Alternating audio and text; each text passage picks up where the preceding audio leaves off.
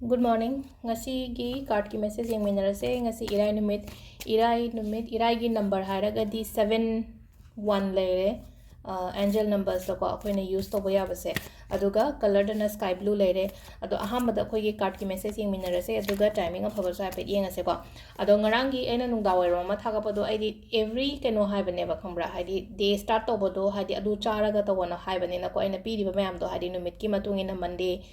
Monday oiro Tuesday oiro ko hadi hamba akoigi chinda tabado hadi puknungda taba chinda hadi charaga tadoni ko atubudi ko hadi akoi adu oidone ba nungtigi hadi aigi ipok numit khatang nate ba nungtigi chaba hawa tangba pot nate dana ko adum kitang khar adum leishalaga thamaga adum kitang adumai taraga chaba hobiyo ko adugi potuma ko confusion je pigo no ko hangwa ko yaw nungtigi ra numit to khatang gira hang ko ado again hadi daily ki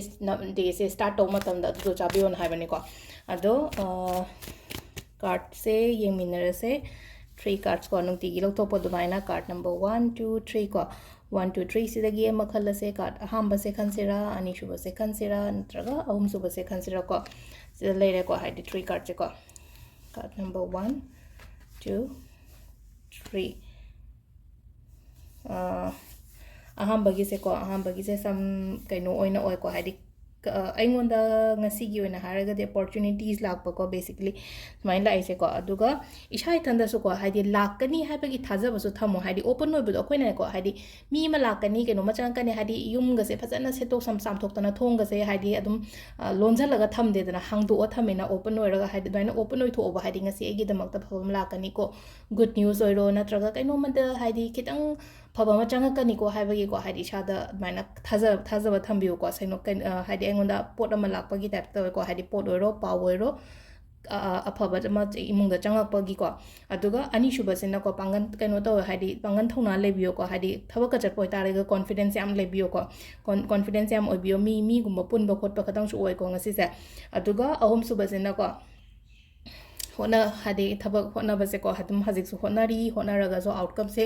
idak lakta badang tawe ko adu taraga su nang aina honariba aina tawriba mayam se sigi result soidana fruitful oigani ko hadi mahi chagani ko aina honari se hadi hozik mak phang kaino tawdraga so hozik aina oihaninga mong do oidraga su